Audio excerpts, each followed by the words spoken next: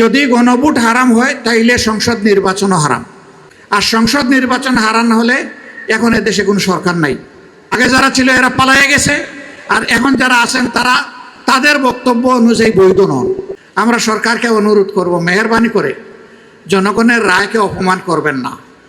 জনগণের রায়কে যারাই অপমান করেছে ইতিহাসে তাদেরকে কঠিন মূল্য দিতে হয়েছে। যুক্তি একই ডেক্সিতে গুস্ত পাকানো হয়েছে, গুস্তের জুল হলো হারাম আর গুস্ত হইল হালাল। কি আশ্চর্য ব্যাপার!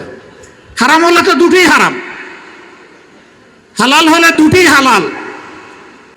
যদি গণভোট হারাম হয় তাইলে সংসদ নির্বাচনও হারাম। আর সংসদ নির্বাচন হারাম হলে এখন এদেশে কোনো সরকার নাই।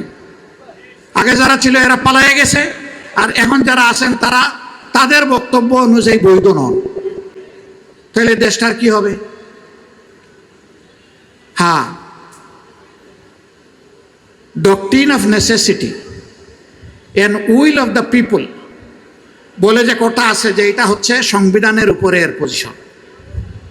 ওই বৈধতার বেলায় ইন্টারিম গভর্নমেন্ট হয়েছে, এরপরে নির্বাচন দুটো হয়েছে। ওই নির্বাচনের শপথ দুইটা নেওয়ার কথা আমরা নিয়েছি, ওনারা একটা নিয়েছে। আমরা সরকারকে অনুরোধ করব, মেহেরবানি করে জনগণের রায়কে অপমান করবেন না। জনগণের রায়কে যারাই অপমান করেছে ইতিহাসে তাদেরকে কঠিন মূল্য দিতে হয়েছে। আপনারা দেরি হয়েছে, অসুবিধা নাই, মেনে নেন। এই জনগণকে সম্মান দেখালে জনগণও আপনাদেরকে ধারণ করবে, সম্মান দেখাবে।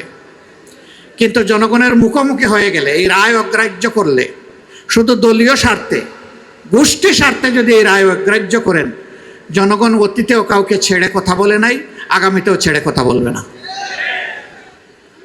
আমরা সংসদের ভিতরে লড়াই করে যাচ্ছি এবং বাইরেও লড়াই করে যাচ্ছি। আজকের এই আয়োজন সেই লড়াইয়ের অংশ।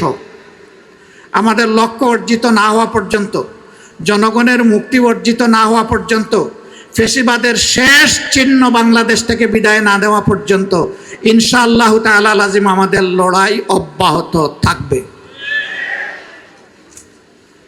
আমরা এখান থেকে বিশ্রাম নেব না। এই মিরপুরের বিভিন্ন রাস্তা আছে, স্থাপনা আছে। মিরপুরে যারা 16 তারিখ প্রতিবাদ এবং প্রতিরোধ গড়ে তুলেছিল, জুলাইয়ের 17-18 তারিখ প্রতিবাদ বিক্ষোভে ফেটে পড়েছিল, আহত হয়েছে, গুলি খেয়েছে, শহীদ হয়েছে। আর যারা 3, 4 এবং 5 আগস্ট এই মিরপুরে ইতিহাস সৃষ্টি করেছিল, তাদের নামে আমি আজকে প্রস্তাব করতে চাই, মিরপুরের বিভিন্ন স্থাপনা, সড়কের নামকরণ করা হোক। অন্তত এটুকু স্মরণীয় হয়ে থাকবে। তাদের আপনজনরা ঘর থেকে বের হলে ওইটুকু দেখলে বুঝবে যে এদেশের সরকার এবং জনগণ তাদের আপনজনের ত্যাগকে মূল্যায়ন করেছে। আপনারা কি এটা চান? যারা হাত তুললেন না তারা চান না? মানে হাত সবাই তুলছে আর কি, একটু দেরি করে।